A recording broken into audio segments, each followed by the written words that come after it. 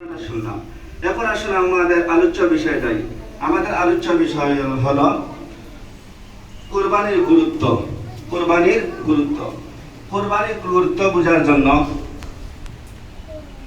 আমাদের রাসূল বিশ্বনবী হযরত মুহাম্মদ মুস্তাফা সাল্লাল্লাহু আলাইহি ওয়াসাল্লামের জীবনী যদি আমরা তালাশ করি, আল্লাহ রাসূল সাল্লাল্লাহু আলাইহি ওয়াসাল্লাম নবুয়ত প্রাপ্ত হয়েছেন 40 বছর বয়সে।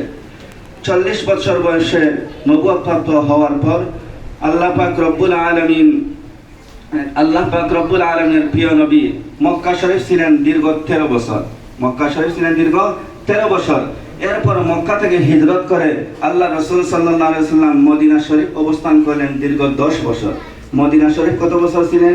দীর্ঘ 10 বছর। কিতাবের মধ্যে পাওয়া যায় দীর্ঘ 10 বছর আল্লাহ রাসূল সাল্লাল্লাহু আলাইহি ওয়াসাল্লাম মদিনা শরীফ অবস্থান করেছিলেন। প্রত্যেক বছর কুরবানি করেছেন। সুবহানাল্লাহ। 10 বছর অবস্থান করেছেন, 10 বছর কুরবানি করেছেন।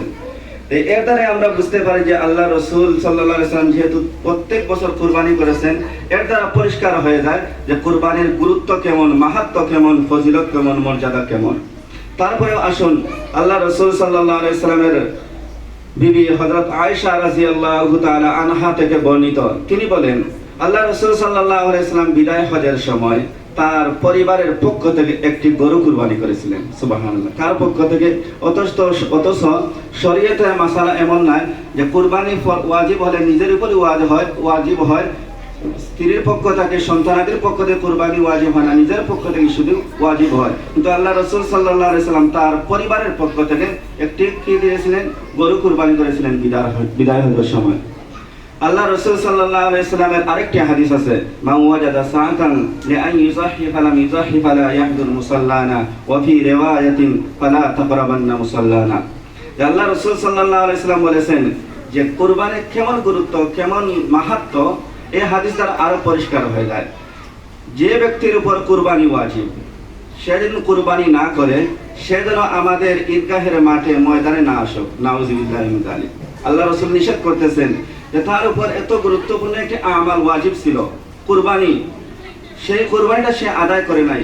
সে কুরবানি না করার কারণে, যেহেতু করে নাই, সামর্থ্য হওয়া সত্ত্বেও সে যেন আমাদের ঈদগাহের ময়দানে আসুক না।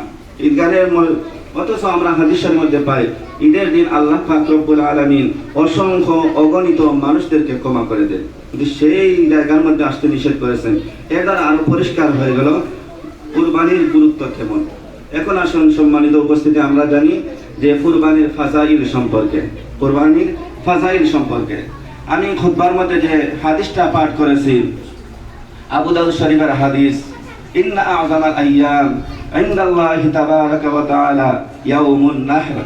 আল্লাহ রাসূল সাল্লাল্লাহু আলাইহি ওয়াসাল্লাম বলেছেন দিনগুলোর মধ্যে আল্লাহ পাক রব্বুল আলামিনের নিকট সর্বশ্রেষ্ঠ দিন হলো কুরবানির দিন। সুবহানাল্লাহ। আল্লাহ রাসূল কি বলেছেন? আবু দাউদ শরীফের হাদিস, ইন্না আ'যামাল আইয়াম ইনদাল্লাহি তাবারাকা ওয়া তাআলা ইয়াউমুন নাহর। যে দিনগুলোর মধ্যে আল্লাহ পাক রব্বুল আলামিনের নিকট সবচেয়ে শ্রেষ্ঠ দিন, মূল্যবান দিন কোনটি? কুরবানির দিন, যেদিন কুরবানি করা হয়, নহর করা হয়। এটা আমরা বুঝতে পারলাম কুরবানির ফজিলত। আসুন আমরা আরো সামনে অগ্রসর হই।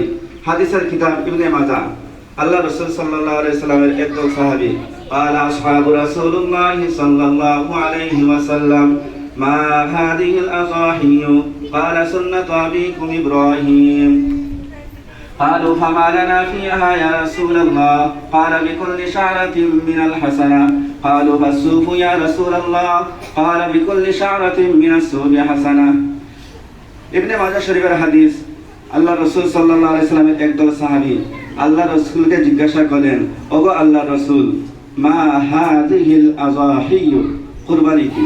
কুরবানির হাকিকত কি? তখন আল্লাহ রাসূল সাল্লাল্লাহু আলাইহি ওয়াসাল্লাম বললেন, ক্বালা সুন্নাতু আবিকুম ইব্রাহিম। এই কুরবানিটা হলো তোমাদের জাতীয় পিতা ইব্রাহিম আলাইহিস সালাতু ওয়াস সালামের সুন্নাত। সুন্নাত হযরত ইব্রাহিম আলাইহিস সালাতু ওয়াস সালামের